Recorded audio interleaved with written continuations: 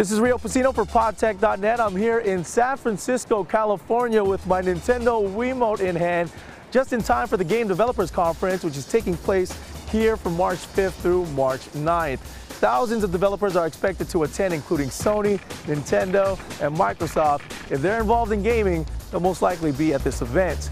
The big question coming into this year's GDC, though, is whether or not it's going to become the next E3. E3 decided to scale down its venue and was once regarded as the biggest gaming expo in the world. I asked that question and others to conference manager Jane Pinckard, and we'll go ahead and go to that interview with the help of this Nintendo Wiimote. So check it out and have fun. First question for you, and I'm just going to be blunt with this. Okay. A lot of people in the gaming community are thinking GDC is going to be the next E3. Who's thinking that? I'm one of the people thinking that, and I wanted to get the answer straight from the horse's mouth. So Jane, is GDC going to be the next E3? No, it's not, because E3 serves a very different purpose than GDC. At GDC, we really want to develop the game developer community. We want to create a place where developers can learn, can share tools that they're using, can network with their peers, and I think that's something that's unique to GDC, and E3, did something else. But you got to admit, because of the fact that E3 is now out the window, GDC is going to become bigger. I mean, it is bigger, and there just has to be some sort of E3 influence this year. Am I wrong in saying that, or? I'm not sure. I think there's been a lot of organic pressure to grow GDC. Actually, I think as the industry has naturally gotten bigger, and we were looking at our numbers the other day, and we noticed that over the last 2 years, the GDC show floor has doubled. But it's hard to see where the impact of E3 was in that, because it was sort of the steady climb. So, what part of it is natural and what part of it is the impact of E3, I'm not really sure. Definitely, I sense that there's a lot more attention paid to GDC with questions like yours. Right. Now, with that attention, comes the opportunity for developers to, I guess, come up with announcements. Unveiling new games, new products, etc. I mean, do you see any major announcements being made here at GDC this year as opposed to years past? Yeah, I think we will have some announcements this year. Phil Harrison has hinted in interviews that he's going to tell us something, which I don't know what it is yet, because he hasn't told me. Right. But he's planning something spectacular. I imagine that Microsoft, although they don't have a keynote this year, they do have a large amount of exhibit space, and they might be showing some new stuff.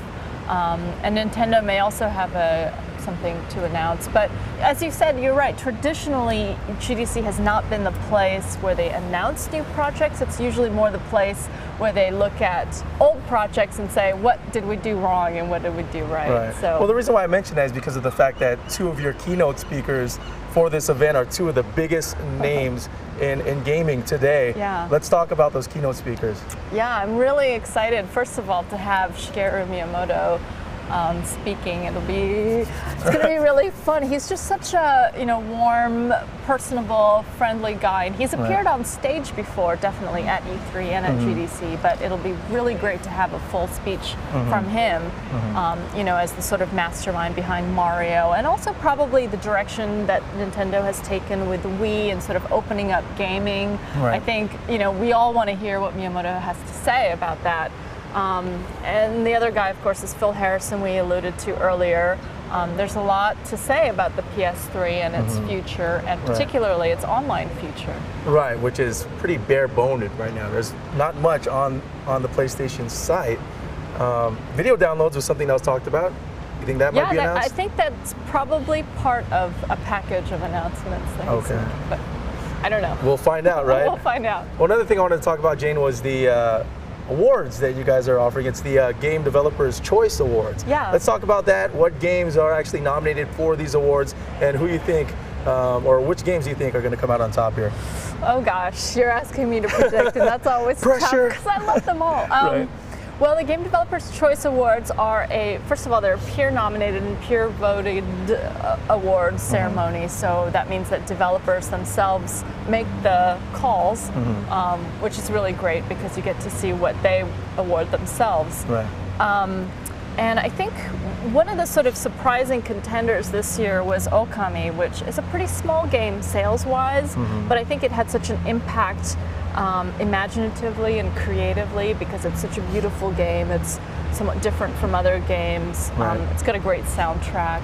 Yeah. So it's been nominated. It surprised me because it was categories. for the PS2 and not the next-gen consoles. Yeah, that's you know? interesting, So, isn't it? Yeah. But let's talk next-gen consoles with Gears of War. Gears of War is definitely up there. Guitar Hero 2, another old-gen game, but still, you know, super fun and really innovative. There must be some Wii titles on there too, which I'm completely blanking out on right now. Oblivion, is that on the list? I think it's nominated in the category. Yeah. I see. But you'll have to check. Online to see where those. Okay. All right. Well, let's talk about Video Games Live. Yeah. Tell the audience what that is all about and their presence at GDC. Sure. Video Games Live is something that Tommy Tallarico it's put together, and he did it last year also, and it celebrates the music in video games.